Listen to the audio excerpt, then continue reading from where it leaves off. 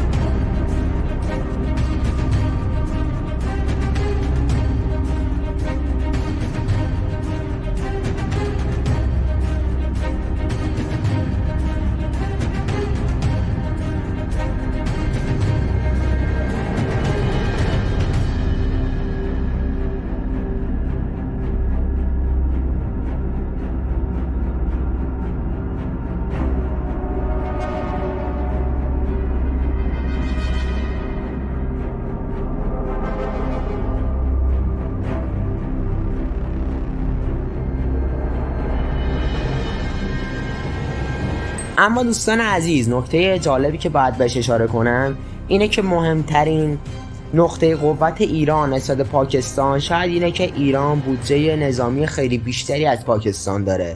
اگه اشتباه نکنم چیزی حدود 9 میلیارد دلار بودجه نظامی ایران هستش و تنها حدود 6 میلیارد دلار بودجه نظامی پاکستانه. بودجه نظامی ایران نسبت کشورهای دیگه واقعا بودجه نظامی خوبیه، پس این خودش میتونه خیلی کمک کنه به ایران.